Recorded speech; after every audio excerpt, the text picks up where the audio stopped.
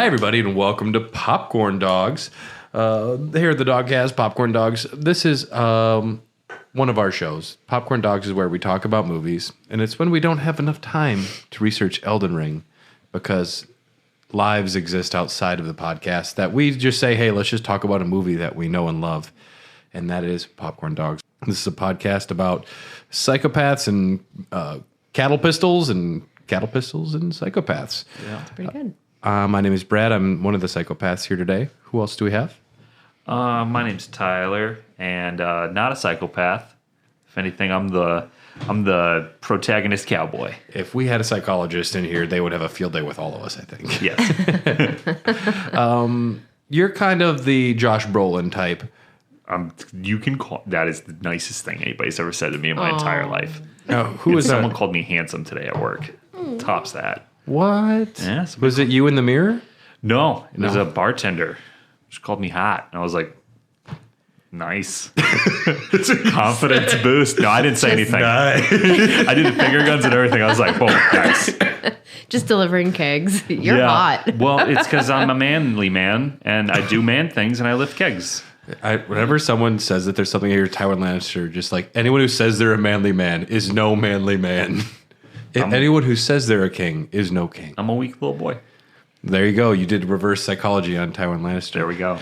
Checkmate. We have another fantastic guest returning from a long hiatus to the show. Hello, my name is Carly, the wife of Mr. Brad. Yeah, and you have a new last name since last time. Yeah, but I'm not a psychopath. I am a cow extraordinaire. I love cows. So this cattle gun is like, what? This is why you were watching the movie and you're like, this is horrifying. Like they do this to cows? I get it. But here we are. Well, I was thinking, would you rather be the Tommy Lee Jones, Ed Tom, or the Anton Chigurh? Who are you more like? Who am I more like? Which side of the coin is she going to pick? Ooh. You are the Carla Jean's grandma. She's like, you know how many friends I have in El Paso? None. This many. This many. Yeah, that's me. or if you're having a rough day at work, you're the old lady who's like, I can't give you no information. That is me at work. And Anton Chigurh is just some angry person needing wound care. Actually, yeah. Yeah, there you go. Yeah. Today we're talking about No Country for Old Men. Film from 2007. Was released May 19th in 2007. Carly, this was your first time seeing the film, right? It was. I can't believe I haven't seen it. I believe it came out in 2007. I think you just said that. Mm-hmm. Yep. But yeah, how have I not seen this movie before? It was amazing. I loved it. I love all things about like podcasts regarding serial killers and things like that. So You love murder. I don't love murder. And with Well, you're in a safe place. You can say it's okay. I love learning about murder. I just do a 10-part series about a serial killer. Brad, if you ever have a life insurance policy taken out on you, I would start to worry. That's why I don't talk about it out loud with her. It's true. Yeah. You've seen, I believe, most of the Coen Brothers films at this point. Yeah, I think most. I don't have a list in front of me, but yeah. I think that there's a thing that happens with us, though, where I'll say, have you seen this movie? And you probably have seen the poster enough sometimes that you think you've seen a movie. And so I was absolutely delighted when we were starting this up last night. Yeah, it was great. I loved it. Yeah, it's one of my favorites. Tyler, what's your experience? I was in high school when this movie came out. I was very excited to see it. I believe I saw it in theaters opening day. I'm a big Coen Brothers fan. Sadly, the only Coen Brother movie I think I have not seen so far is The Ballad of Buster Scruggs, which is a major oversight on my part after watching the film last night. Buster Scruggs is fantastic. Yeah, it's been on my list for a while, but I'm a big Coen Brothers fan. I'm a big Josh Brolin and Tommy Lee Jones fan as well. Mm-hmm. At the time, I did not know. Tommy Lee Jones? I like Tommy Lee Jones a lot. Okay. Yeah. I'm a big, like... You said you're a big Josh Brolin and Tommy Lee Jones fan. fan. Oh, okay. So it has... And Woody Harrelson's in the movie, who I also am a big fan of. So just shows up playing himself. Yes, essentially. I wasn't familiar with Javier Bardem at the time. Javier Bardem. Yes, thank you. Yes. My Spanish is not good. It is no goodo. It is muy poco. Whoa. I wasn't familiar with him at the time, but since then he's been a phenomenal actor that I've kind of kept on my radar. Whenever he does something, I make sure to at least check it out. He played God in Mother by Darren Aronofsky. That was such a good movie. I've seen it once, and it still scarred me enough to where I like it, but I don't know if I had to I saw that in rewatch it. theaters and people left. Really? Yeah. One of my favorite Why? because it's. I guess I haven't seen it. I don't know yeah, you should watch why. I saw it in theaters at the Oriental, and I usually hate it when people are talking during a movie, but there was this real broy dude with his lady up in front of us, and he's like, yo, so like he's kind of representing what God is, and then she would be like Mother Mary. And it was like I could hear a bro describe Darren Aronofsky films all day. It's like that meme of the girl at the baseball game and the dude's like talking at her. That's 100% someone just described it. So that's Adam and Eve, okay? And that's like that's Cain and Abel. And it was so funny. I fucking loved it. My personal experience, I went to film school as well in the Twin Cities, and one of the most wonderful blessings is having a class called Coen Brothers / Tarantino. That was a class you took? That was a class I took. You know, what the fuck? Where was that class at my film school? It Not was there. Oh, It was a 4-hour class. It took place right after happy hour, and there was a bar a block down the street. So I'd go and have a beer or two, and then you go in and you just watch a movie, and then you'd have a smoke break with the teacher, and then you'd go back in and talk about it for 2 hours, and that was the whole class. Wow. yeah. And I'll give a quick disclaimer to anybody listening who's thinking about going to film school. Don't do it. Instead, just watch Spielberg, Scorsese, Tarantino, the Coen Brothers. That's like a good basis. Start there. And that's all you really need to do. No one can really teach you how to do art. You just do it. I think it's still informative. I know that it was. I learned a lot there, and it gave you some places that give you the technology, the tools you need. The experience with the technology and the technical aspect of filmmaking is definitely a plus side to it.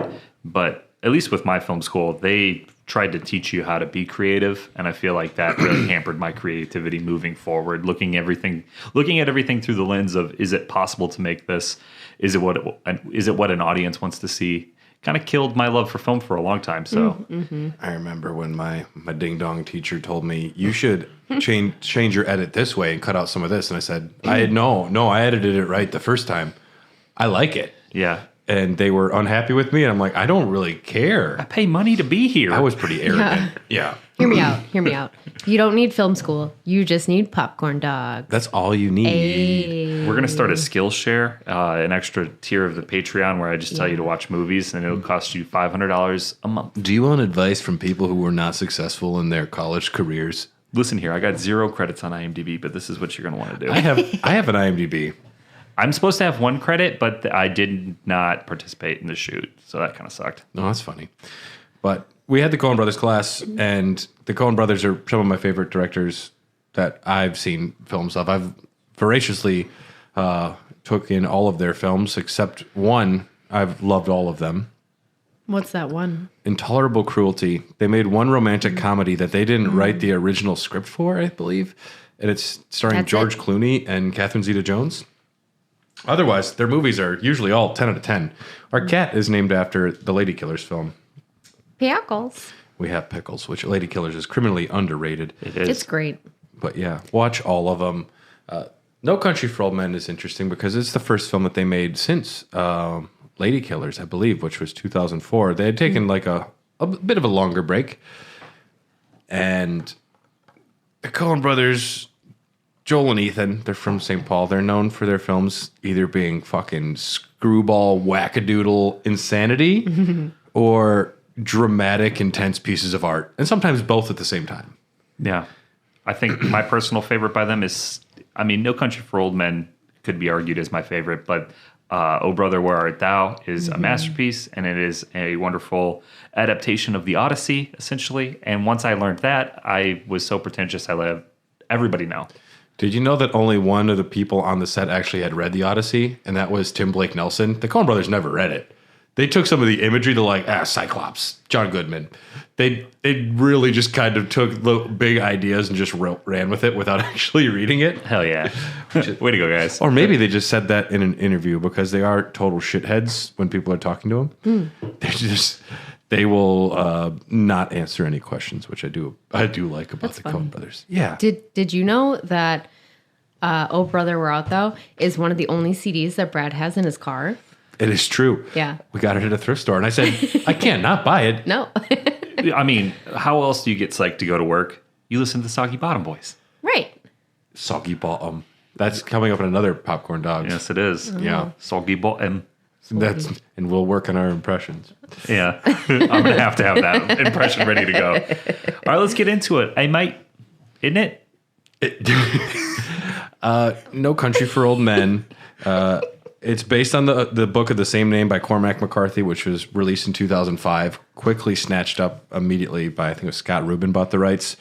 And the Coen Brothers said, yep, this is actually their first time they've ever done a direct adaptation of a book. Usually they just start from scratch, which is kind of interesting. And it's also interesting the Coen Brothers are known very much for their dialogue and their big characters. In this film, incredibly quiet most of the time. I do enjoy how little is said often. Yes. You don't need it. Not in a film like this. I feel like the world building that they did feels so real. A lot of the time, you're not only mesmerized by the incredible cinematography and just the landscape shots at the beginning of the film particularly, and then as the story goes on, you don't need the dialogue when you have just the pure suspense that they've crafted with the three main characters. So you don't really need they have a little bit of narration throughout the film, but other than that, like the kind of stoic approach to Llewelyn and to, I'm bad with names, Javier Bardem's villain, Chigurh. Anton Chigurh. Yeah. A name specifically chosen because it was like you couldn't really pin down what country they were from.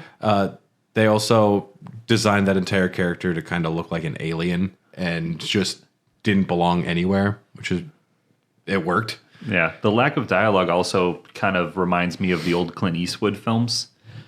Like his kind of stoic cowboy presence. Like, Yeah. I do it and I don't talk about it and I just give me a whiskey. Imagine getting the score vinyl of this movie. It's just wind. Yeah. And I think they said one of those singing bowls, meditation bowls. Yeah. I would also be super pumped to just have a wind record. I would probably put that on and just love to listen Fall to asleep. it. It was great hearing the storm last night. Yeah. There is only, I think, 5 or 6 minutes of music in the film, and when it is there, it's incredibly much just background, like you said, meditation bowls. I have one. I throw my keys in it, and every time I throw my keys in it, it goes, whoa. You should play me the soundtrack from No Country for Old Men sometime. I got it. The windows are open. I'll go grab my bowl. I'll be right back, okay? And then Tyler screams in mariachi band in my ear. Yeah, there we go. Cinematography for this film was by Roger Deakins. He shot pretty much everything for the Coen Brothers since Miller's Crossing. That's after Miller's Crossing, since that's when Barry Sonnenfeld left to go make the Addams Family films. So good on you, mate. There we go. Yep. And he also did the Men in Black movies. Barry Sonnenfeld went off to have a pretty cool career himself. Speaking of the cast, there are 3 main characters, like you said. Who would you say is your favorite of the 3, Carly? Anton. You do you like watching Anton. Mm-hmm. It's fascinating. What about Anton do you love so much? So stoic and just so little but so much emotion in his face. Also his hair, it reminds me of Johnny Depp's is that Alice in Water? No, I think it's Willy Wonka. Yeah. Yeah, Charlie and the Chocolate Factory. Yeah. And every time I see that haircut, I'm like, oof. Now I just want to No. see Anton Chigurh and the Chocolate Factory. With the Just Oompa making Loompas. Yeah. Making kids flip coins, carrying around a cattle killer. It's like, this is not the movie I signed up for. The kids would not voluntarily go into the chocolate river. Let's just say that much. What's the most you ever lost in the chocolate river? I have another gumdrop, sir. Flip a Friendo. coin. Friendo. About the haircut, the Coens decided to give Chigurh a very distinct hairdo. They got the photo of all places from a picture of a man in a brothel in 1979. Checks out. Bardem was not thrilled at first since he actually got the haircut. Not a good look. I'm not going to lie. Handsome man, but that haircut, I'm like, It does him no favors. I don't think that haircut would do anybody favors. I don't think this role did him any favors either. He did win an Academy Award, but as far as making friends, it would be very weird to hang out with this guy in between takes. Mm-hmm. Yeah, he goes from psychopathic force of nature to like, so how are your kids doing? They doing pretty good? How's soccer practice been going? Well, I know like Daniel Day-Lewis, when he was doing the Lincoln film, like in between takes, he insisted everyone still call him Mr. President, and he just acted like President Lincoln the whole time. That'd be pretty. I'd be about it. I would love to go up there, and I'd bring a Lincoln historian in. I'm like, check this out. You got nothing on him. He probably would, though. Daniel Day-Lewis would actually know everything. I feel like that would be exhausting because he did the same thing on the Gangs of New York. He was Billy the Butcher, like in between takes. He learned how to wear a glass contact on his eye and actually tap it with a knife. Yes, that is gnarly. No. Yeah. I'm going to get an eye ulcer.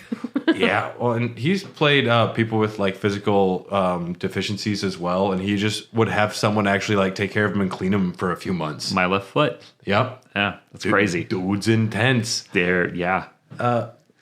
Otherwise, you can try acting. No, Yeah. he is that character. He becomes. It sounds like he becomes the character. Yeah, he takes method acting to a new extreme. And then you have people like Shia LaBeouf, like on the set for Fury. He like refused to bathe, so he smelled like ass. Great. The scars on his face were real, like he cut himself with a knife. Like there's doing it and doing it wrong. And I don't know where you draw the line. Jared Leto does it wrong. Well, when you send used condoms to famous celebrities, that's a little fucked up.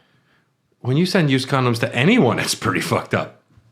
When you send, Yeah, that's true. When you send non-used condoms to somebody, that's probably fucked up. Now I Yeah. know where. Depending on context. Yeah. What? He did that? Jared Leto did. He also sent, I knew I didn't like him just because of like the way he is. I didn't know he did that. It's terrible. Just he fundamental. also sent dead animals to his castmates and And stuff. like bullets, he sent bullets to people. I think he sent bullets to Will Smith or Margot Robbie. Then he had the Joker's hand, like mouth on his hand. He went, ha, ha, ha. Was this like a form of method acting? It was for him him, trying to be the or- Joker and scare Yeah. people. No. When he did the mouth thing with the tattoo on his hand, I not only felt physically sick because it is the Yeah. cringiest thing I've ever seen, but I almost got up out of the theater. Damaged. Yeah. I was damaged after that performance. That should have been a tattoo everyone got on the way out. Yeah. Have you ever gotten food poisoning from watching a film? Because I did. Oh. You got dude poisoning from watching Jared Leto. Dude poisoning is terrible. According to a January 2018 article in the Business Insider, a group of psychiatrists studied 400 different films regarding psychopathic characters. They chose Javier Bardem's portrayal of Anton Chigurh is the most clinically accurate portrayal of a psychopath in any of the films they saw. Emotionless, the way he carried himself, the way he responded to people. Hear me out. No anxiety, no depression. He's got it. That's it. That sounds fantastic. What? But also no friendos, which might I don't like that part. yeah friendo.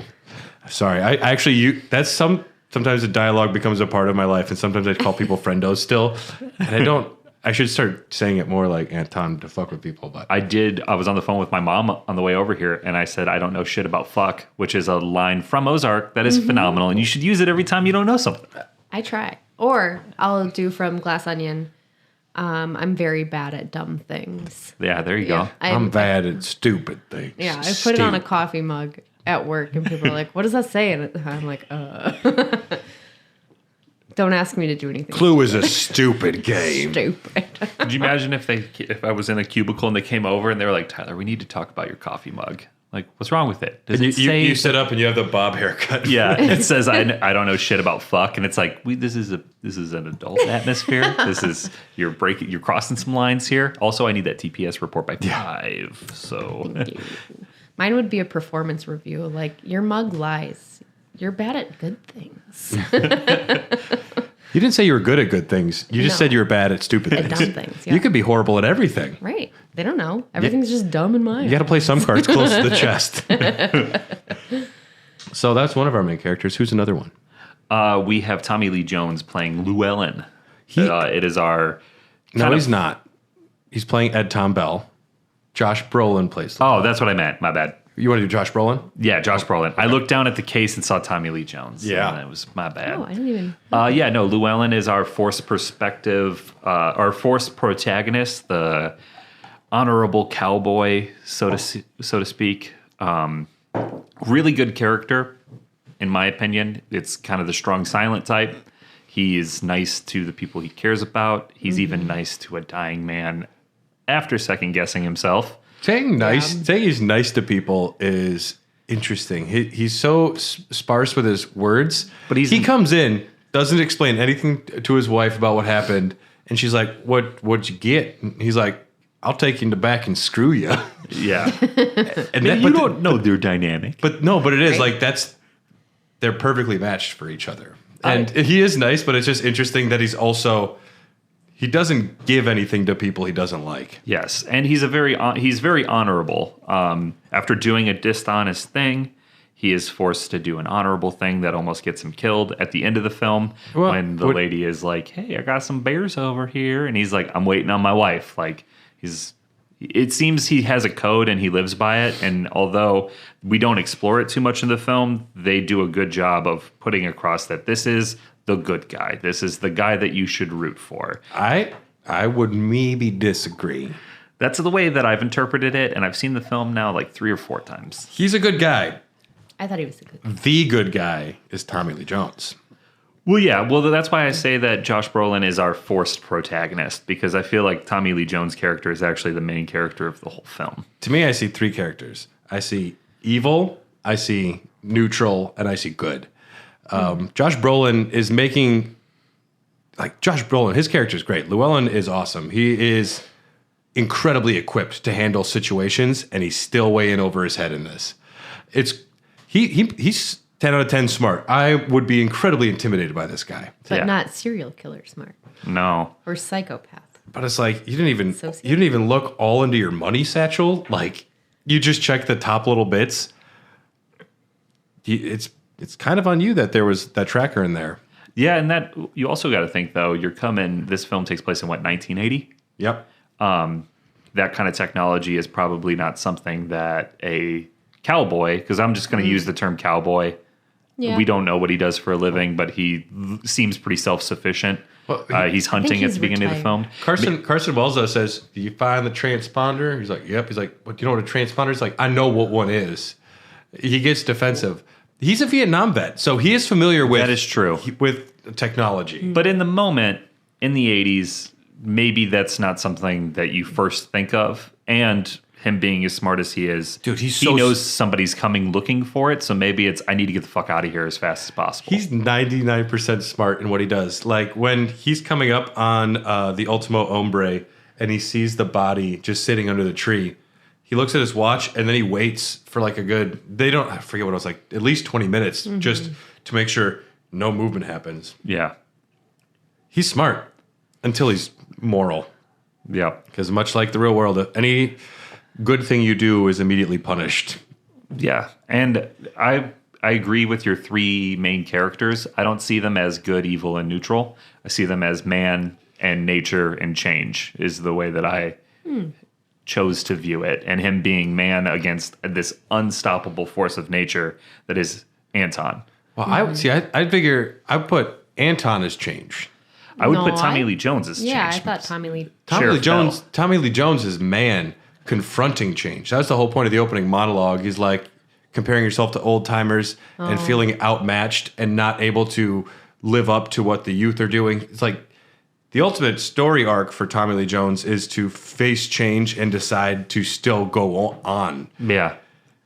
I mean, that's why it's really the themes of the film. Yes, and that's why it's such a good movie, because it's just a normal thriller at the base, but there is so much subcontext that you can read between the lines and try to interpret. You could put your spin on this however you want, and you could even try to justify. I mean, we talked that he's an alien, but there's actual theories that Anton is a legitimate alien, not from the planet. And do I believe that? No. No, that's just some fun clickbait stuff, though. But it's like you could draw a couple parallels and almost make it make sense. I knowed you was crazy when I walked in. I knowed it. Just the dialogue, getting back to dialogue. The stuff the Coen Brothers do end up writing for this is just awesome. Like, they have no wasted words, and their characters are all fantastic, and some of them are there for one scene, and it just blows me away at how good they are. When he's getting the hotel room, and she's like, "You choose the applicable rate according to the room," and then he's like, "All right, I'll take that one." But it's got 2 double beds. Yeah. I laugh every time I see that. The lady who's like, I can't give out no personal information. That little, like, kind of, she plays like the white trash matron-ish character standing up to Chigurh. Yeah. And so I was born in Arkansas. My grandparents, who I'm very close with, live in Arkansas. I spent a month of my life growing up every summer in Arkansas. I know Arkansas South pretty well. When I was raised, I had a Southern accent. That's how I learned to talk. I would be like, "Hey, Ma, can I get some more dogs and moo juice?" Like, that was my I was surprised. vocabulary. So what did you just ask for, though? Hot dogs and chocolate milk. Okay. I was surprised when we hung out with your mom the other day to hear her accent. She does have a nice Southern drawl. Yes, and really? that's a big part of, like, I guess my culture, because that's a lot of where I'm from. Mm-hmm. And that woman who's like, "I can't give out no personal information."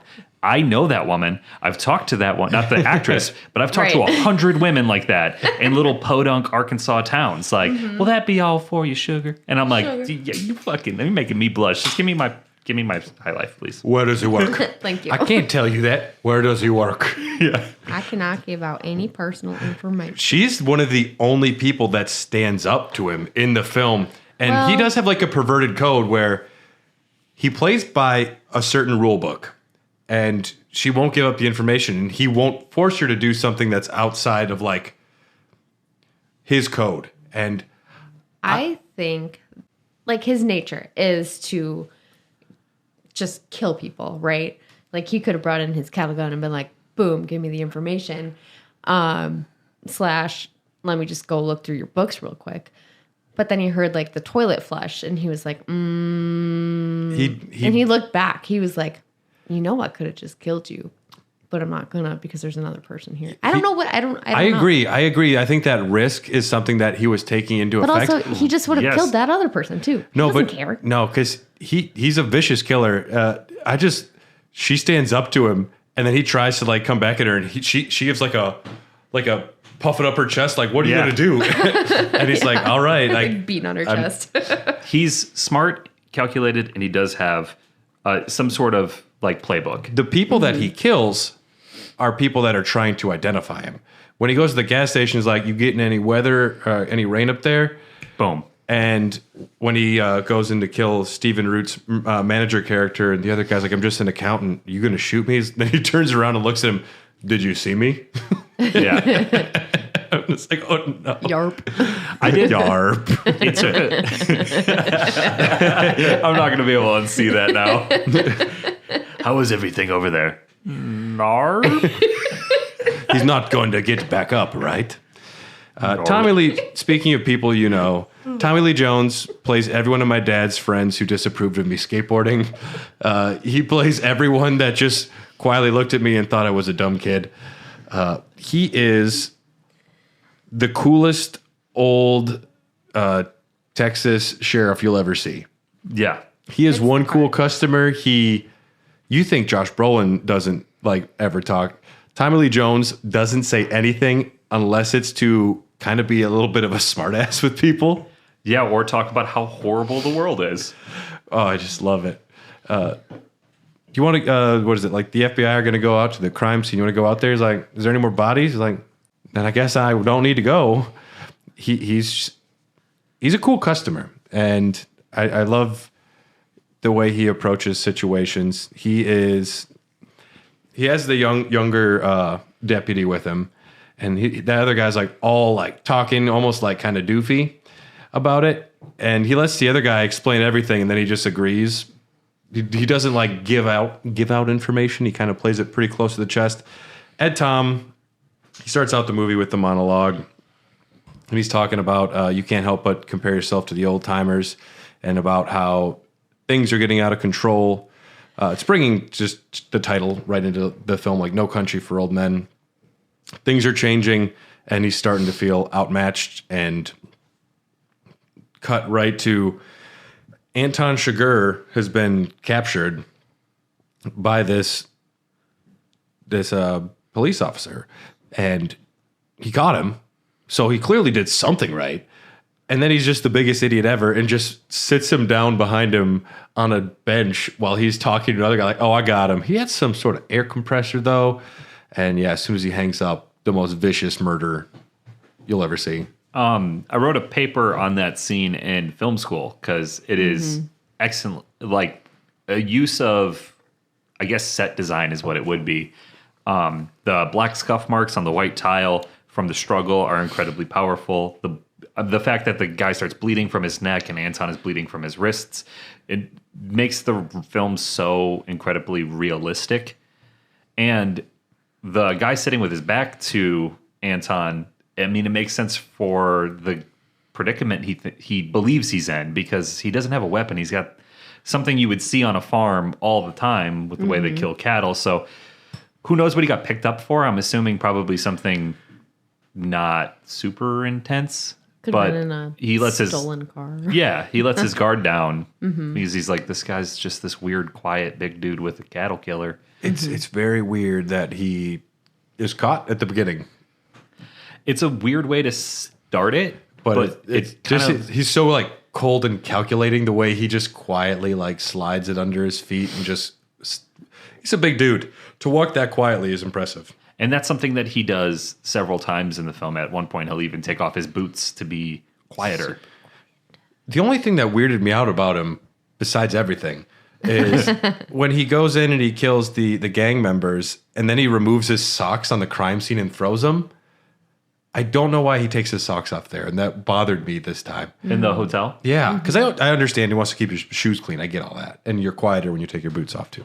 Yeah, but I don't the know. way that he takes his socks off was weird to me. Anyways. Yeah, I don't have anything on that. But we... Wet socks are uncomfortable because they're probably soaked in blood. Yeah, I don't know. And DNA wasn't as big of a thing back then, so maybe he wasn't as concerned. He was just like, these are nasty. The killer socks left now. a toenail. Yeah.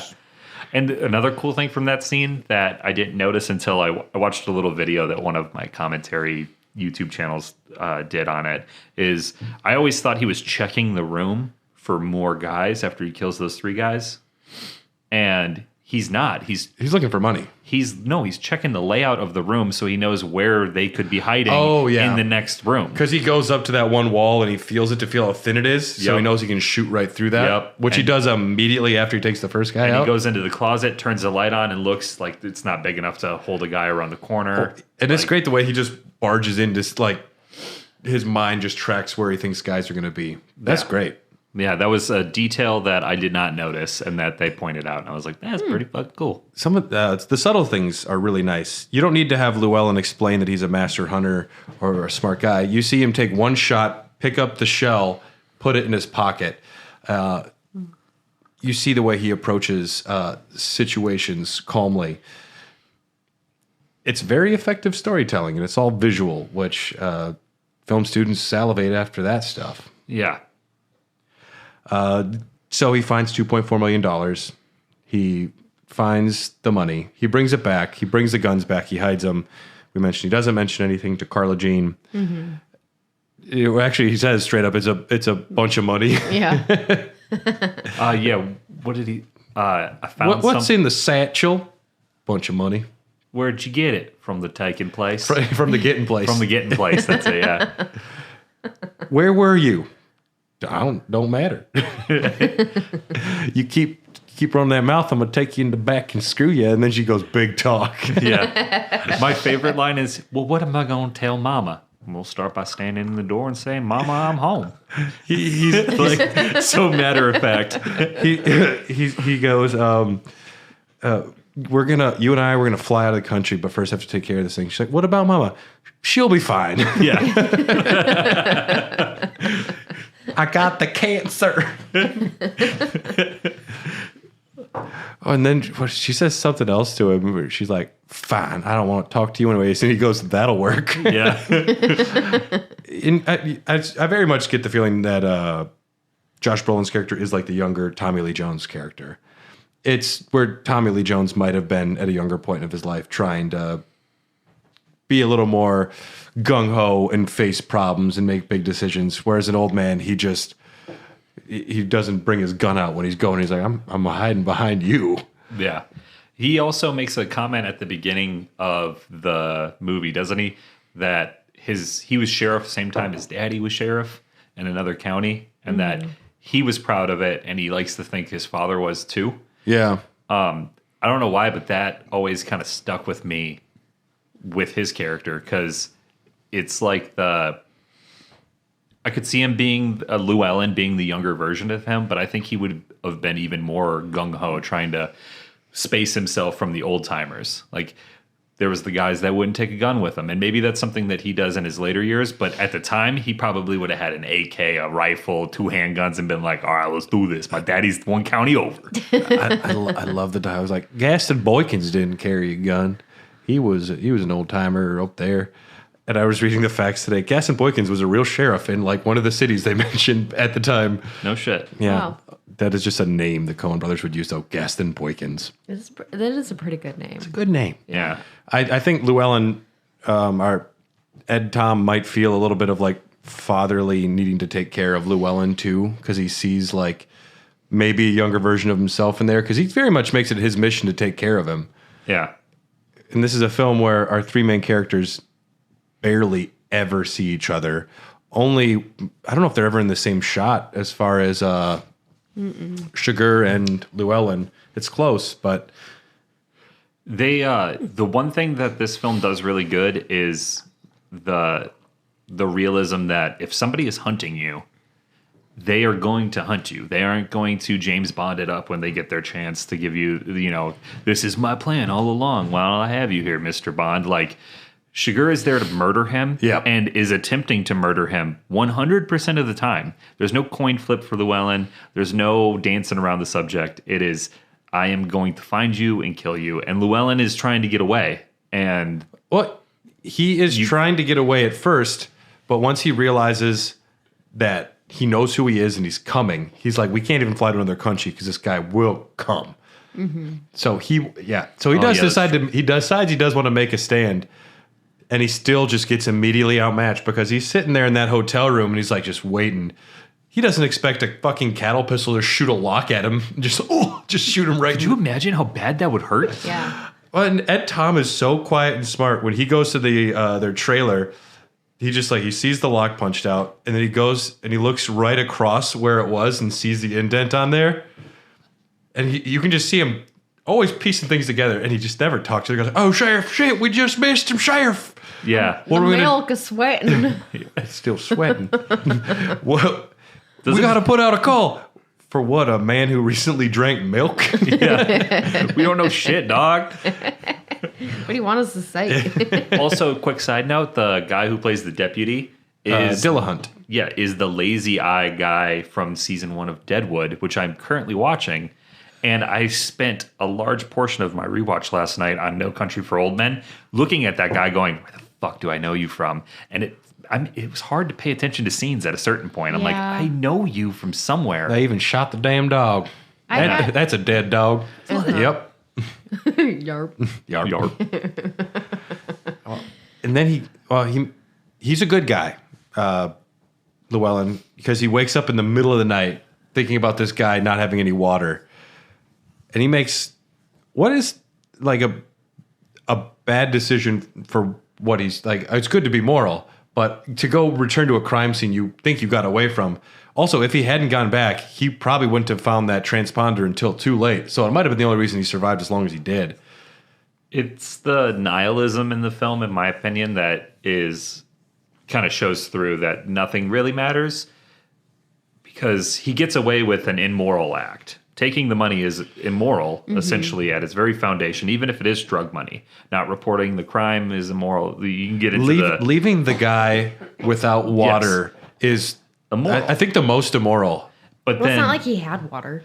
Yeah, but still, like he could have just gone in or like made an anonymous phone call, like, "Hey, someone's out there.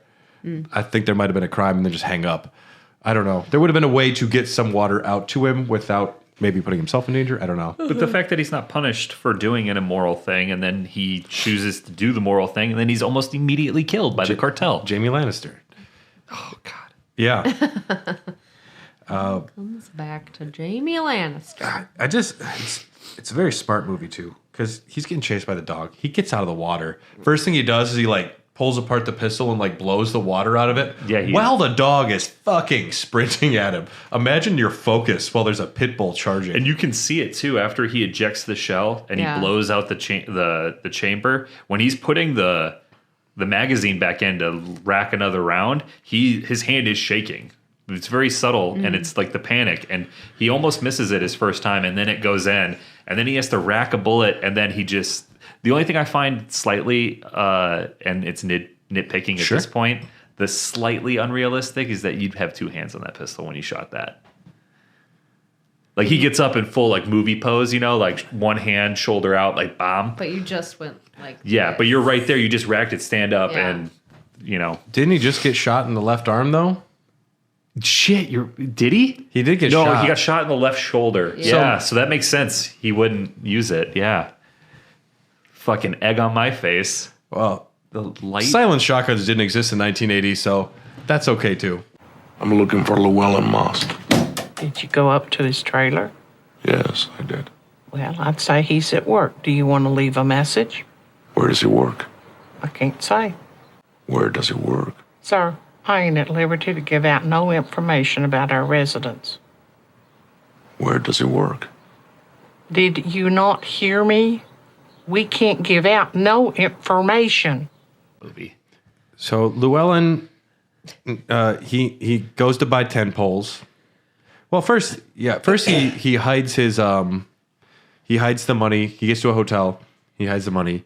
Chigurh has claimed a transponder from the other two gentlemen who make him sit bitch, which that's got to be an awkward car ride. Well, you knew he was going to kill him. Like, the moment. Like, you don't mind riding bitch, right?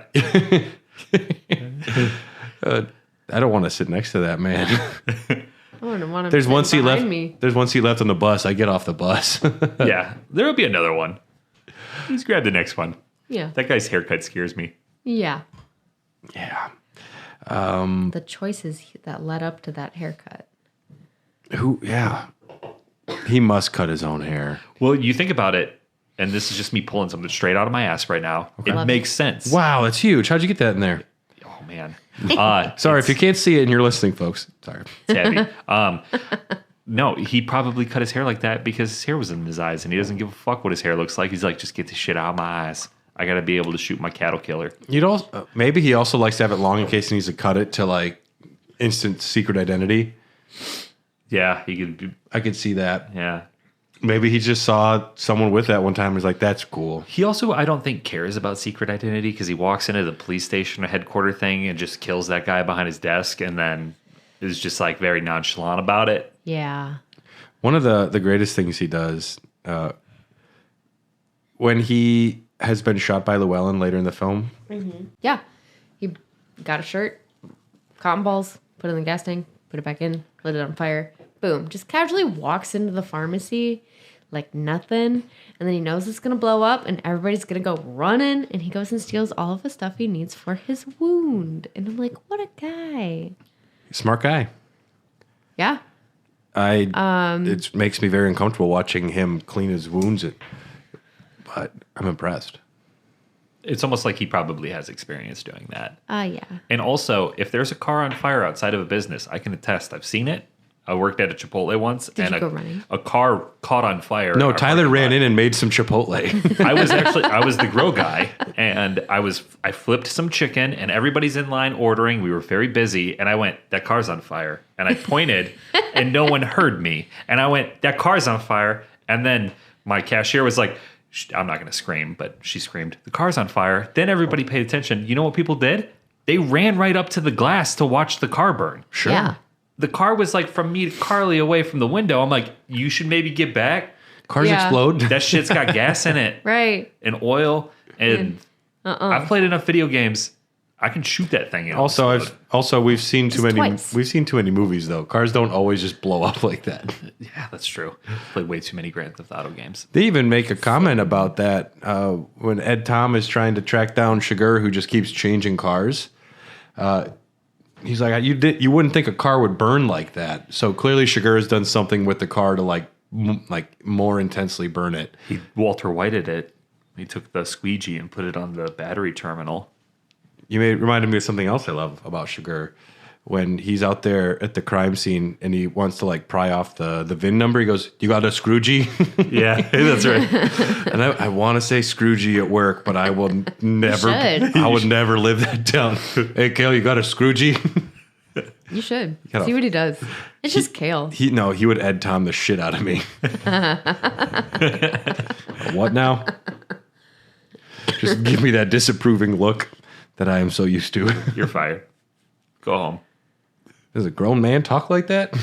Scroogey. That's when you pull your pants up to your nipples. You go, "He does now. Give me the goddamn Scroogey." Give me the Scroogey. Give me the Scroogey. And then you grab the Scroogey from him and you point at him and you go, "Look at me. I'm the captain now." Yes. Well, our hero. Take charge of your Scroogies. I'm going to come up with cute names for all my tools.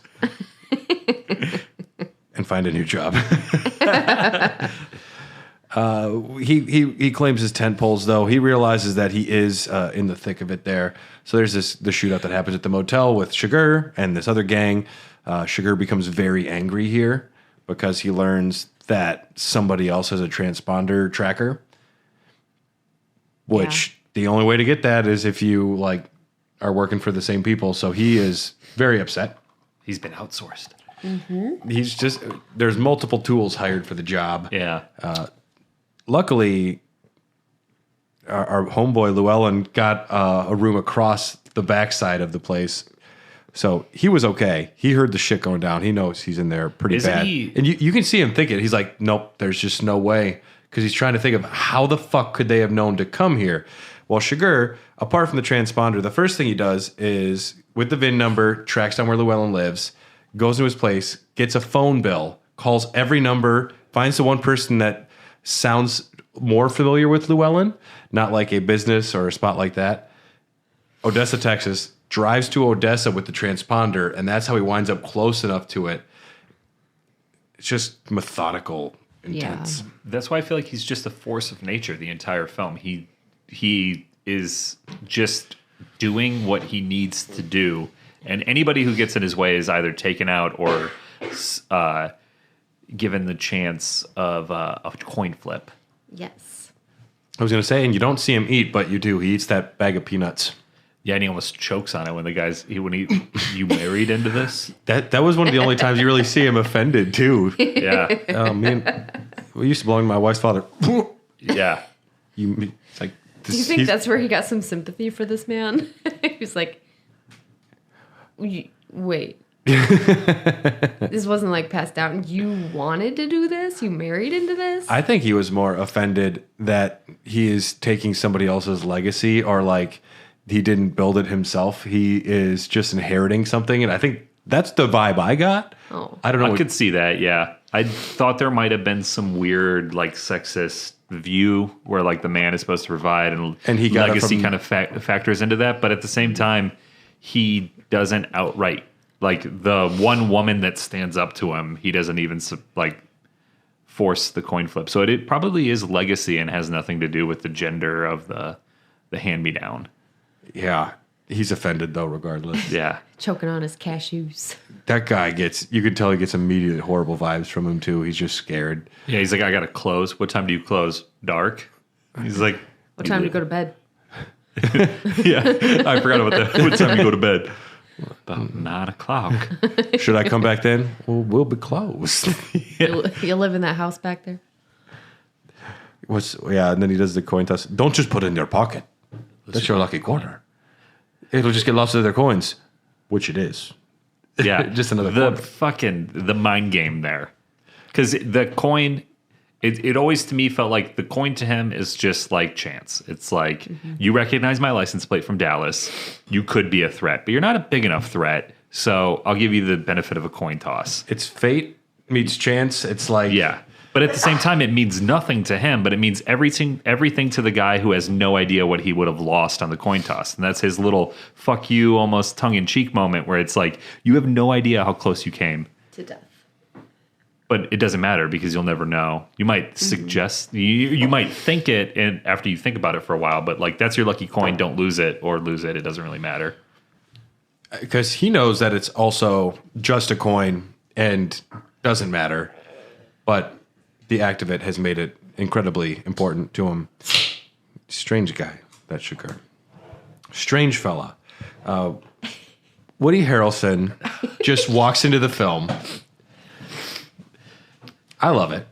Woody Harrelson is probably one of the few people on the face of the planet that could vlog every day, and I'd watch it. He vlogs? No, if he did, I'd be like, Oh. what's Woody up to today? I mean, he may be thinking about starting a podcast. I would love that. He recently made a bunch of like anti-masker comments on SNL, fuck. which got him into some heat. Anti what? I'm sorry. Anti-masker comments. And before they had what I would only consider an ill-advised skit for the hippo, which was making fun of the whale. Oh, I didn't see it. They just make fun of fat people. It was about how the film got canceled, and everyone's like, "Oh, but I studied so hard for this role," and he's like, "Yeah, and I put on 800 pounds." And the other guy's like, "Oh, this sucks. I cut my hair." And he's like, "I put on 800 pounds." They just roll Christian Bale in as like the little blueberry girl, like, hold my beer. Have you seen The Machinist? Yes. Yeah, that's a terrifying one. Yeah, that is a scary movie. Christian Bale looks like a zombie. And that was right before or after The Dark Knight. Before Batman Begins. Or Batman Begins, And then yeah. he did Rescue Then he got too Dawn. fat for Batman Begins. He got really big for Batman Begins. I think he was like 205 pounds. And he was like 110, 120 for The Machinist. Yeah. So he put on like almost 100 pounds of muscle. And then he lost it for Rescue Dawn. And then he did The Dark Knight again. And then he did The Boxer. And then he played Dick Cheney.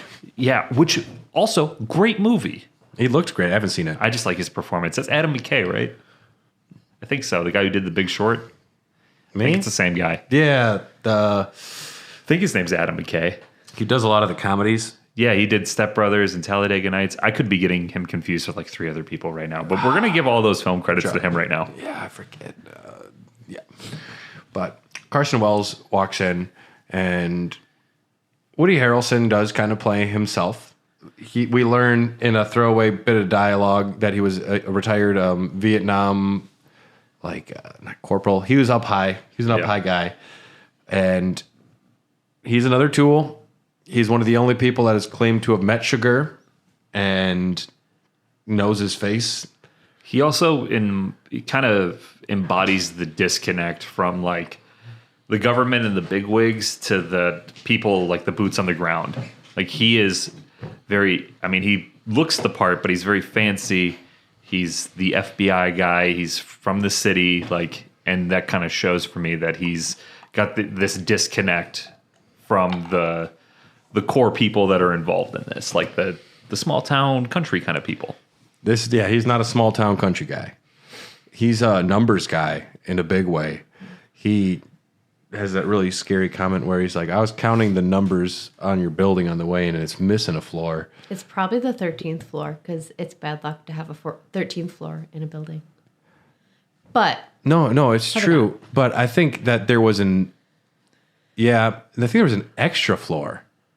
What about the tiny So it would have floor been the tiny floor. from being John Malkovich? Where does that fit in? 13.5. They jammed the elevator door open. Love that film. Yeah. They're going to remake it with Chris Pratt eventually.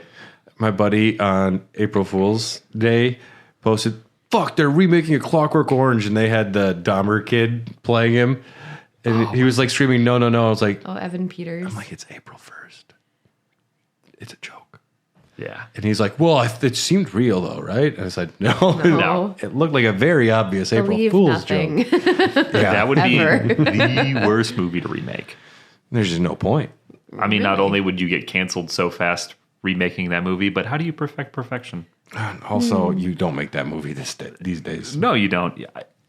Yeah. So what we're gonna do is we're gonna kill her after maybe attempted rape with a giant penis sculpture, and they're gonna be like, We're going to no. turn it into a comedy. Yeah.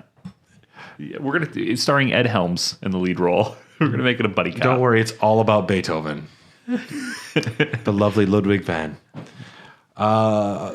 Our characters have a fight.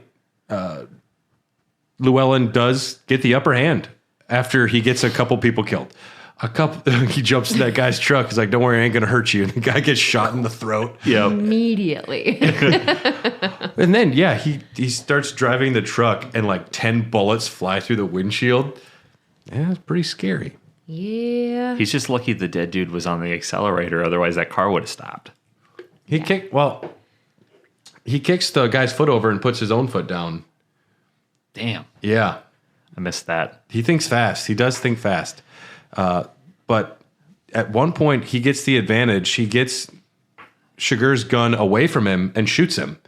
And that's awesome. That's the first time that you've seen him like get up, charge at Chigurh, and get the upper hand. But they're both pretty badly hurt at this point. So he does what anyone would do, just run to Mexico, I guess. You're that for their- close. For their premium healthcare. Oh, yes. Mariachi bands. Yes. I don't. I think he might have probably just wanted to see a mariachi band. It really could have been. Yeah. There's a deleted scene where he leaves the hospital and he goes, "Donde está mi cerveza, por favor?" And then he goes and gets a beer. And that's the extent of my Spanish.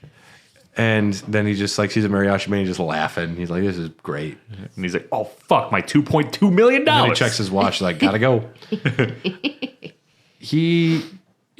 So I didn't realize that he might have went down to Mexico for cheap healthcare and like off the books healthcare. I thought he was going across the border because he didn't think Chigurh would cross the border after him. Because he knows he can't fly anywhere. I felt like he went to Mexico because if he goes anywhere in the States, they're going to ask questions. If he goes to a Mexican hospital, he might slide under the radar a little bit. Yeah. And being a U.S. citizen, Gringo. he can just pop right back. What's your last name? I don't have one. Gringo Solo. Gringo Solo. That's what they put his name down. Was it really? No, that's a joke about Han Solo, the movie. Got no family. Han Solo. That guy writes it down. He felt very clever. Yeah, that name's going to follow you forever. I can't call you Chewbacca every time. I'm going to call you Chewie. Beautiful. Like Ron Howard was giggling when he wrote that line. Or whoever wrote it. Yeah, but he also realized he can't carry $2.4 million into Mexico. So he's in a pickle. He first has to pay some dude for his shirt. There's that one nice friend in every group. He's like, Give him your shirt. No, the first guy, he sells the shirt, and then he's like, "Give me that beer." And he's like, "How much you got for it?" Just give him your beer. Ryan, just give him the beer. Also, I didn't realize the underlying theme of greed outside of like Llewelyn taking the money and wanting it for himself. But there's multiple instances where it pops up. Yeah. Where you have Woody Harrelson trying, like, "I'll take you to an ATM, $14,000. You see Chigurh's mind, he's like, "An ATM?"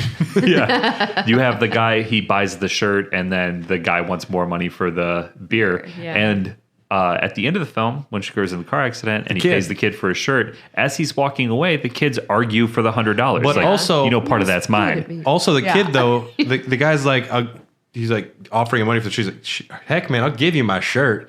He gives him the shirt not expecting money. And then he gets money, and then they start arguing about money. Yeah. So And- as soon as money's involved, then Well, you still got your friendships shirt. start deteriorating. Yeah, And got your shirt. it's such a good, like, if I was the kids and I lost my shirt, that's my $100. If I'm the other kid who's with the friend who lost his shirt, I'm for sure going, you know, half of that's mine, right? Yeah. Oh, yeah. I told you we should take a left on Taylor. We would have never even been on this street. Put the money in his hand, and he'll give you the shirt. My mom's going to be pissed. I think it really calls in two of the themes of the film, because at the very end, if the film's themes haven't been obvious enough, they have Ed Tom explain in dreams the themes of the film. Yeah. And the first one, he said something about meeting his father somewhere about some money he think he lost. So it's just straight up money is just the point. Part of the point is driving people and driving problems. I mean, I always viewed the film, even after the first time I watched it, greed and nihilism was always the two words that I would use to explain this film. 2 double beds is how I'd describe it. Greed is, it's like a good love story. Most films have a love interest because love is something that everybody can associate with. They've either felt it or they long for it. It's a primal human emotion that we either chase or have. So having a good love story in a film is going to resonate with your audience. It's going to draw them in. Greed is another one. Although people may not be inherently greedy, everybody can understand what $2.2 million would do for them if they found it in the circumstances that Llewelyn found it. Yeah. And then taking that baseline for everybody's going to be able to understand the stakes of this game, adding this nihilistic approach to it where there's very little dialogue, everything's very stoic. It just all comes together in a perfect clusterfuck of a just an absolute thriller banger from the Coen Brothers. I always want to go back to one of the most core human emotions too, fear. To me, this is about fear of the unknown. The greatest fear that one of the first emotions human beings ever had was fear.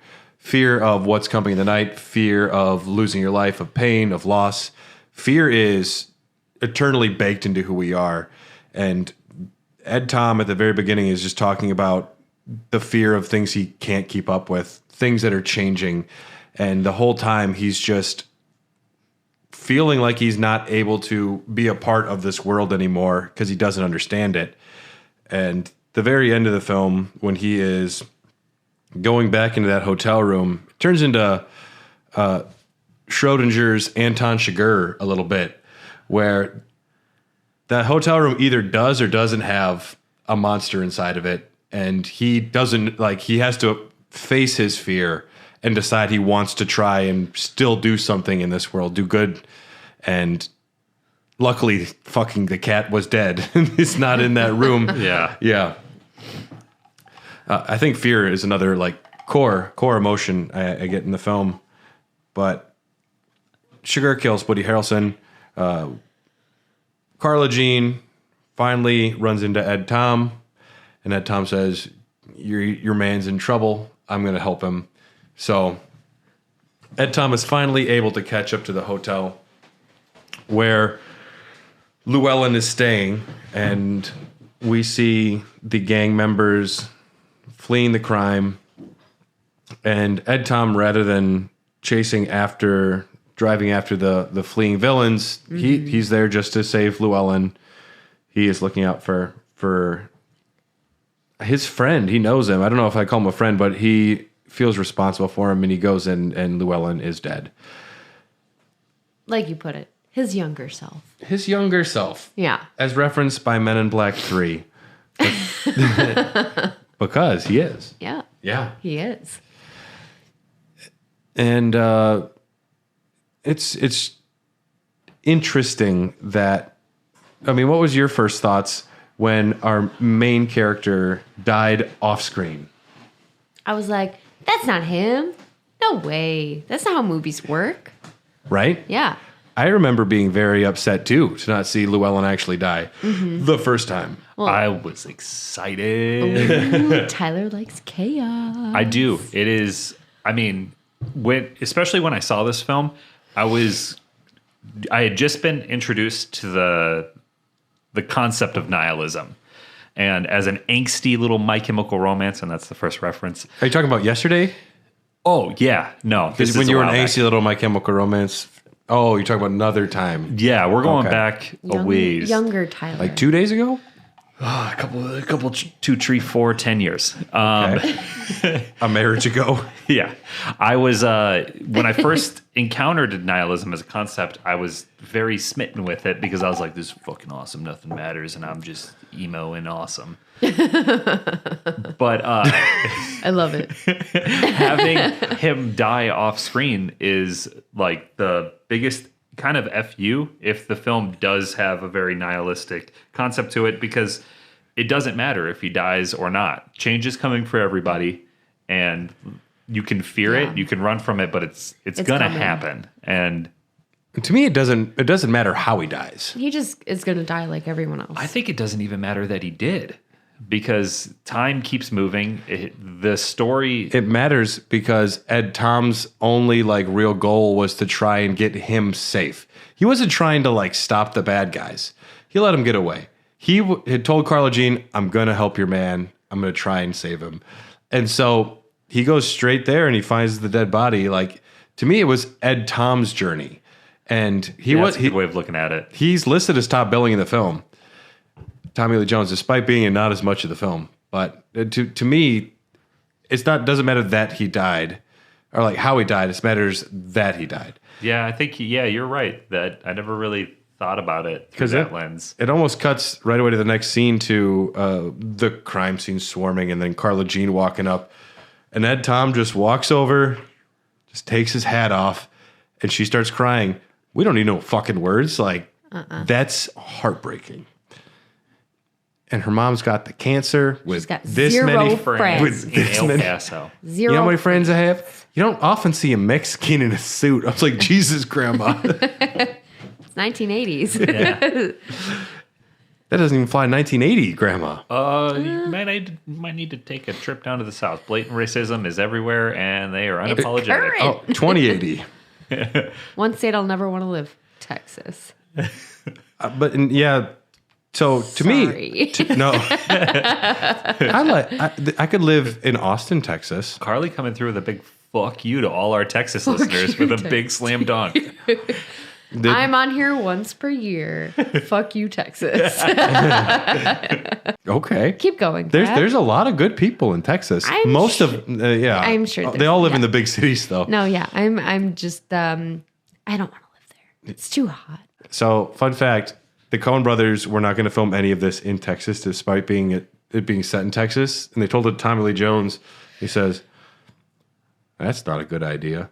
And then they're like, "Okay, we're filming in Texas." What did they want to film it in Georgia? I would assume. I think it was going to be in New Mexico. And a lot of it is filmed in New Mexico, but all of like the wide outdoor shots were filmed there. Tommy Lee Jones actually grew up like within 30 miles of where this takes place. No shit. Well, if So- he's from Texas, So he knows. it's fine. And also But there's the rest of Texas, I'm just kidding. there's a funny line from Ed Tom Bell where he's talking about, I don't even understand it. They just killed a federal judge last year, and we were watching a YouTube video about it. And in 1979, a federal judge was killed by Woody Harrelson's dad in Texas. Da, da, By da. Woody Harrelson's dad. Woody Harrelson's Yeah. dad was a convicted killer. No shit. He killed a judge. Yeah. Wow. Isn't that weird? I did not know that. Yeah, that blows my mind. Is he from Texas? Woody Harrelson's dad killed someone in Texas. We know that much. Where is Woody Harrelson from? The same place Anton Chigurh is from, where strange people are from. We're going to Google it, and Brad can cut this time out. It's fine. No, I'm not going to cut it out. You're going to cut it out? Woody Harrelson is from Midland, Texas. Oh, shit. That's crazy.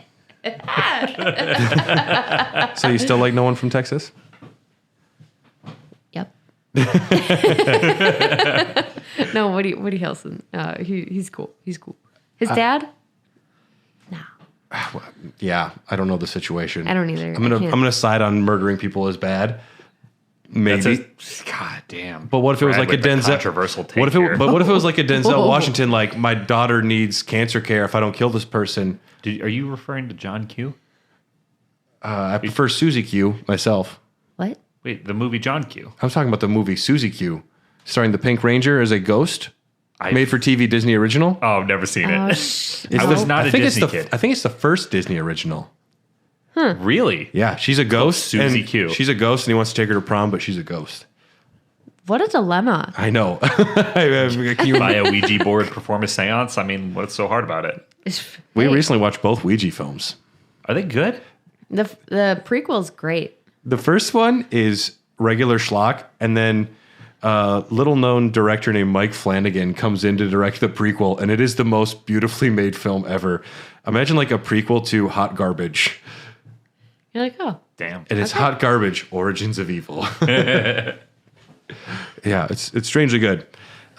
But there's still more to the film. There's some extra things that happen. We see Carla Jean is at her mother's funeral, and Javier Bardem is there, and he says, well, I promised your husband, I gave him my word that I would kill you. And she stands up to him and refuses to play his game. It's just you. there's no chance. I I love don't it. know what she says. It's different in the book. In the book, she does wind up choosing something, and then she dies. I think it's much better, though, that she stands up to him, Well, I think and then he kills her for not playing the game, which Yeah. that actually proves that he is just the bad guy who's not operating on this code that he thinks he is. that's exactly what I was going to say. She trapped him. And I think that's fucking awesome.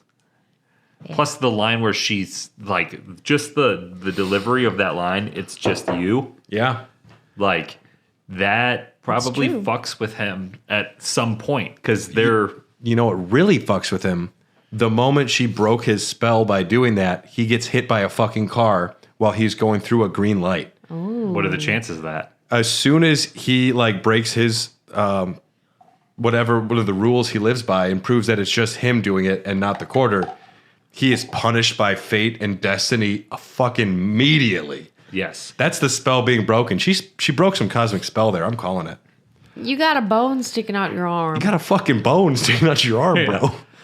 And then he just limps away into the sunset.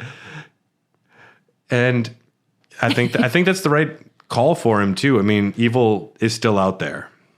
I mean, yeah, and it's the not knowing. I mean, realistically, there's a good chance he died with internal bleeding and having a compound fracture. Like, you're not going to be able to blow up a Walgreens like parking lot He and got be away. able to fix that. He got No. away. He got away. Well, that's the cool thing is like you don't know. I also, Maybe he just amputated his arm. It's fine. And then he attached a silent shotgun to his nub. and then he it's became like that- Terminator 3. Yeah. I was gonna say In the sequel, he'll be placed is okay. My movie knowledge isn't as vast as yours.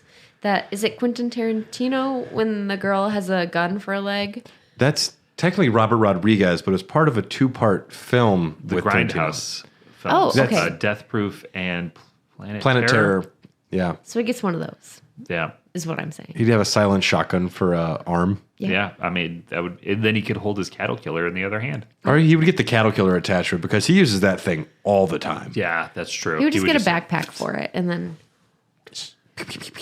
Like, you see the man with a weird haircut, one arm, cattle killer with a backpack on. avoid him. He's got a bone sticking out his arm. fucking. He had a bone. bone on his fucking arm. I'll give him my shirt. Where's your shirt, kid? I gave it to him. I gave it to the man with a bone in his I arm. had this $100 covered in blood beforehand. Right? Like, That's from my how mom. do you use that? Yeah, when he hands the mariachi band that money, they'll take it. But They'll they're take it. also, I guess you take it to a bank or something because they have to take it. Can They- you bleach money? I'll tell you what, it is the damnedest story. I had a red Sharpie in my pocket, and it got a little. I was doing a little bit of jogging. I think the cap came off, and it sore. bled onto the dollar bill, and it's totally not blood. He's out of line, but he might be telling the truth. But I just need to cash this in because you can't even read that it's a $100 bill no more because of the blood. I mean, the red ink. Or, or you just go to Walmart and they take it. Yeah, that's true. They would just take it. They just run the marker to make sure it wasn't fake, and then they would take it. It's the same color as the dried blood. Yep. Is that blood? Yep. Okay. Your total will be $98.75, please. You can buy a lot for that much at Walmart. Yeah, you can. There is one more scene that seems out of place, but also one of my favorite scenes in the film. Ed Tom goes to talk to his uncle, who is somehow more Ed Tom than Ed Tom. How many of those cats you have now? I don't know. Few. Several. Oh, yes, several. Depends on what you mean by got. A couple of them are half wild. Some are straight up outlaws. How fresh is this coffee? I make a fresh pot once a week generally, even if there's some left. Love this fucking old man so much. Right? He doesn't care. He'll drink week-old coffee. Yeah. How'd you know it was me? I deduced it when you walked in. That's his way of saying no shit, Sherlock. Just Yeah. fucking utter sarcasm and aggression to his nephew. I hope I can talk to Orion like that someday. The point of this scene kind of feels a little out of place. They're discussing, though, how Ed Tom's father passed away in a shootout by some Indians, they say, some Native Americans. And I think it just is further calling to the fact that there's another scene where they're like talking about like this kid had green hair and Bones in his nose. bones. Strange times, Ed Tom. Strange times. Welcome to Bayview. Yeah. Don't go to River West if you think that's bad. I looked at a place in River West. You could fit in there. Your brother with that haircut, he would belong in River West. showered They probably too much, I wouldn't guess. give him the role of mayor. You are the mayor of River West, and we talk like this because it's one of the accents Tyler feels comfortable doing on the podcast. Did you cut your hair with one of those vacuum I've- cleaners that suck cuts? Suck cuts. Because you're a mayor now, buddy. Is that a thing? Suck cuts? It's from a movie or a TV show or something. Like you get a vacuum man. cleaner that like sucking cuts. Can we raise money for charity and suck and cut your beard? Not that I want to cut your beard, but You brought it up. it's funny. It depends how much money we raise. I would portion of the proceeds go to me. I don't know if I'm ready for that. I've never seen Brad's chin.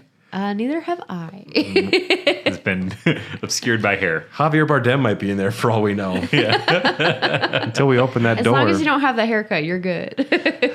Then there's one final scene where the only person that can talk back to Ed Tom and make him laugh and smile, his wife, he's not good at being retired, clearly. No. He's sitting there. She's like, what you going to do today? He's like, I don't know. I might go for a ride. What you think? I can't tell you what to do. Yeah, she's like, I can't plan Yeah. your day. Maybe I'll help clean up around here. Don't. Don't. I think that would be a bad idea. Yeah. And then, yeah, he talks about two of his dreams. We mentioned the first one's about money. The second dream he had is he's riding on like this mountain path on a horse, and his dad comes up and passes him carrying a torch with like some fire making material, and he's like going off ahead into the dark to like make a fire, dying before us, leading the way, guiding you to where you're going. Just really awesome. A really awesome bit of writing there. And that's it. And they just hard cut to the end. Yeah. It's a great movie. I really enjoy I don't want to call this movie a Western, but I mean, like, its roots are definitely there. Western, and yeah. the Westerns used to be the most popular fucking movie you could make, 50 years ago. And then Blazing Saddles came out, and it became kind of a joke for a little bit. Yeah, true. Yeah. But before the MCU, there was a shit ton of spaghetti westerns, and the Western genre. If you don't know what spaghetti Western means, Carly, You're Help. not Italian enough. go ahead and explain what a spaghetti Western is, Tyler. Help. A spaghetti western it was after that the Italian filmmaker made whatever movie that was. Sergio Leone. Yes, he made. How the fuck do you explain a spaghetti western? It's fucking simple. It was cheaper to make Westerns in Italy, so they made them over there. Oh. And there's bad dubbing because a lot of the actors only speak Italian, and they added the English in later. And that's a spaghetti Western. It's a Western made in Italy. Okay, so on the cheap. my understanding of a spaghetti western was not that simple. It takes place Okay. at an Olive Garden. Yeah, Clint Eastwood is your server. you put it down your gun now. Yay! Yay. I don't think so. Where's my marinara? But where's the gabagool, eh? Where's the gabagool? A super salad? I'll take a super salad. Yes, please. But watching this last That'd night, be great. I've been playing Red Dead Redemption 2 again a little bit. I've been Always. watching Deadwood. Always. Yes. So I've been kind of enveloped in the westerns lately. And it is a genre that I think needs more love and attention moving forward. There is a ton of good stories you could tell just based in this world that we've largely forgotten lately in cinema. I would Quentin Tarantino is the biggest director to make a handful of westerns recently. Who else has really done it? Like Django Unchained and You The should Hateful watch. Eight. You should watch Sukiyaki Western Django. What the fuck is that? What? Sukiyaki? It's a Japanese Western. Oh, Interesting. I'd watch it. Action's insane. Quentin Tarantino actually has a guest role. No shit. It's very cool. I But was there are still good Westerns. They're just not as many. Yeah, I was going to mention that there's a Doctor Who episode that was a Western-ish. I think it's called A Town Called Mercy. Yeah. Oh, I've seen that episode, I think. Yeah. Yep. Matt That's Matt Smith. Smith. It would yeah. have to be Matt Smith because I haven't seen past him. And there's the alien cyborg Terminator Yep. who becomes the guardian of the city. You know what's a really good Western? What? Bone Tomahawk. I don't remember who makes That's it. a porno. It's still a good Western. It's still a good Western, though. The production value is insane. No, this has got Kurt Russell in it, and the guy who plays one of the two. He's the guy from The Conjuring, who's like the main dude, who's the only guy not ordained by the Catholic Church to produce do exorcisms. You know what I'm talking about? He plays so. Ed Lauren Yeah. The main That guy. The main guy. from Insidious too. Yeah. He's that guy. He's in it. It's a great movie. No Country for Old Men is the first Oscar-winning film to be edited using Final Cut Pro. I just vomited in my mouth a little bit. I like Final Cut Pro. I used to back before it changed. Oh, we're talking like Final Cut 7? Like, 2009 Final Cut Pro was the bomb. with the gray. Once they changed it, then I vomited. Yes, And moved to okay. Premiere, but it was the first one using that, which No is shit. pretty cool. Awards were pretty good to this film. It won 4 Academy Awards. It won Best Picture, Best Director, Best Supporting Actor for Javier Bardem, and Best Adapted Screenplay. The movie made a bunch of money. It budgeted $25 million, box office of $171.6 million. And in the business, we call that a return on investment. Not their Cha-ching. not their most successful film, though. You're talking about how there's not great westerns. Their most successful film ever made was True Grit, a fantastic western starring Jeff Bridges and Oh, it's Matt actually- Damon I forgot that was by them. and Haley Seinfeld. Yep, and then they also made The Ballad of Buster Scruggs. Here there are fantastic fucking westerns, and Tyler hasn't even watched them. The Coen Brothers are making westerns, and you're I've not watched- even watching them. I've watched True Grit. I haven't seen The Ballad of Buster Scruggs. Dude, you will giggle. Dude, if you watch the first 5 minutes, you're immediately watching the whole film. Maybe that's what I do tonight. It's great. It is very good. I do like me a good Western, though. I used to watch them with my papaw. That's right. I said Papaw. that. Papaw. Mamaw and papaw. That's what I call my grandparents in Arkansas. Are those real like it. words? Yep. P-A-P-A-W. Pew, pew, pew. Yeah. Me and my papaw used to watch... That's all I heard when you said P-A-P-A-W. yeah. That's what Blue's Clues is actually saying. We used to watch John Wayne movies, and I've seen a fuck ton of them, but I don't Yeah. remember any of them from my childhood. Right. Because you were a child. You ever seen Shanghai Noon, Shanghai Nights? But yeah. Chong Wayne? Yeah. Probably. John Wayne. John Wayne Gacy. No. Yes. You know John Wayne's real name was like Marion? He's Italian. Yeah. Spaghetti Western. Yep. There we go. We do have to do a ranking.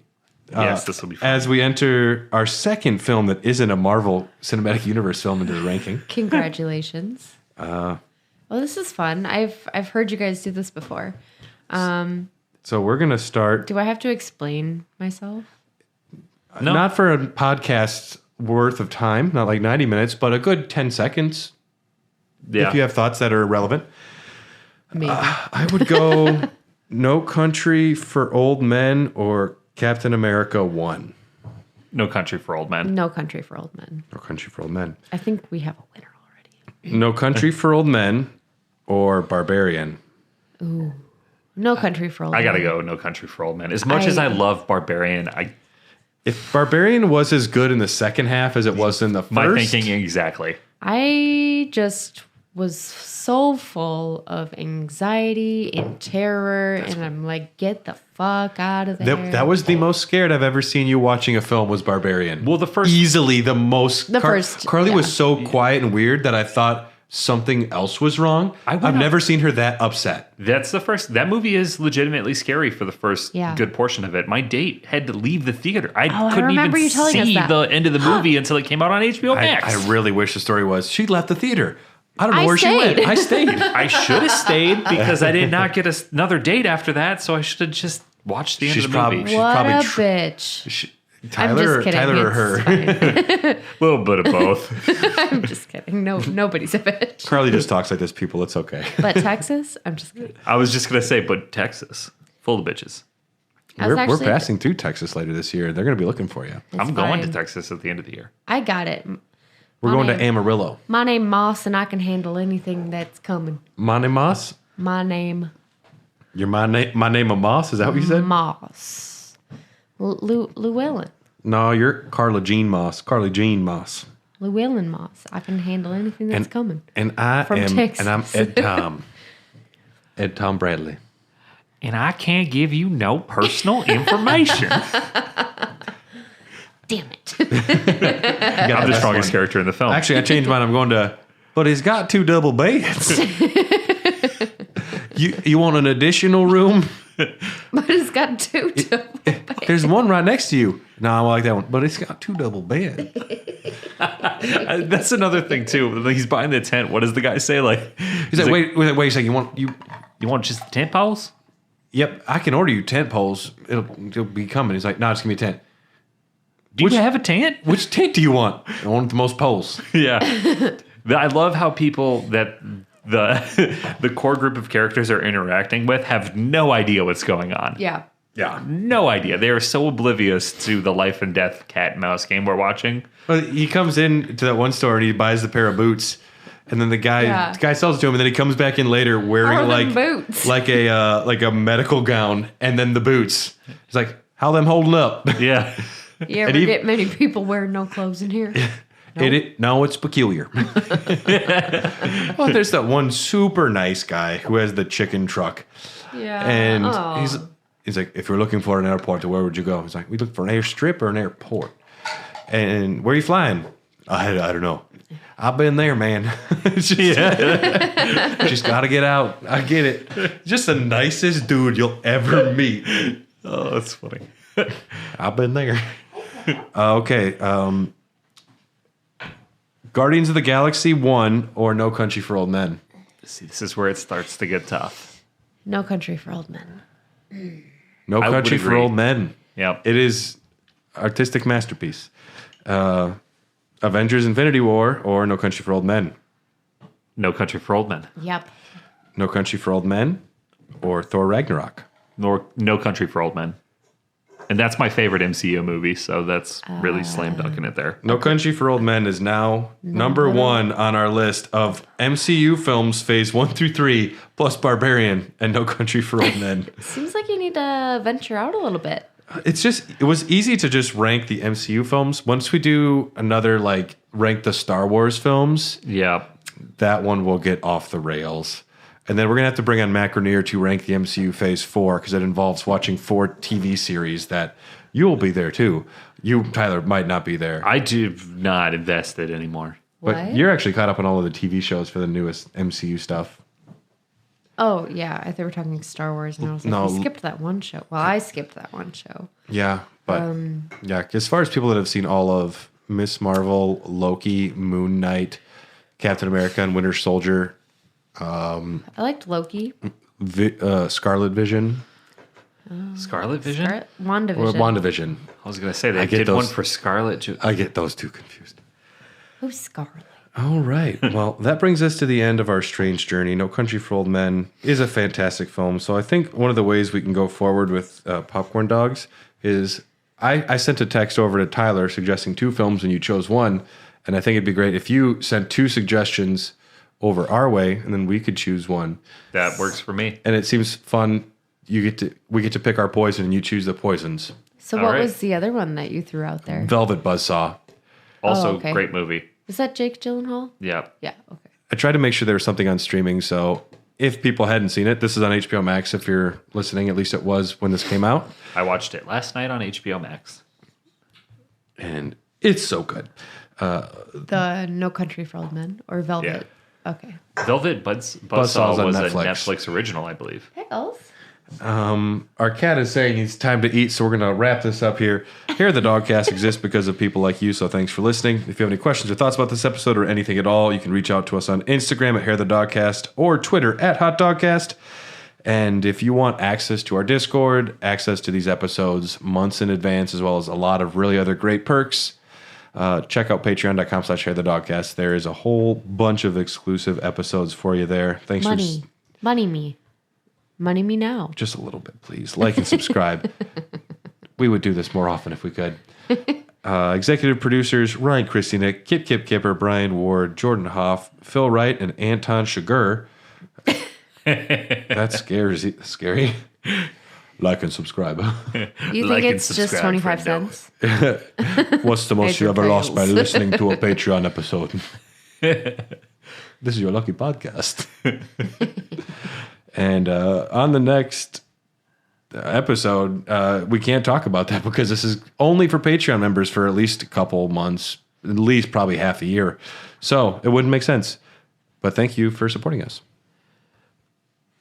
Yeah. And if you are already on the Discord, be sure to throw out some movies you'd like to see in Popcorn Dogs. It'd be nice to get some feedback there. I do have a wealth of knowledge. I have a movie database that I run where I can just pull movies from. But if there's a good movie that somebody shouts out, I'd love to do it. And we also have to do the Great British Baking Show, Series 13. so We haven't good. started it yet, but we do need to figure that out. Are you ready for the amount of Mighty Boosh references that I'm going to make through? My bottom is going to be soggy. Oh, I'm going to soil myself. goodness. I'm ready for it. I haven't watched it yet, but I'm ready for it.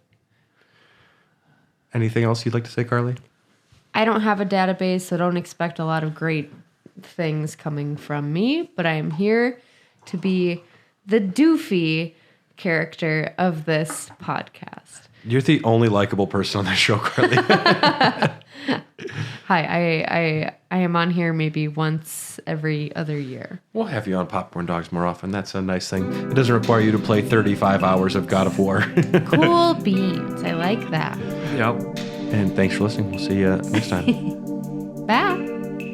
I can't give out no information. Now, people from Florida, You know how many friends I have in Florida? just my brother.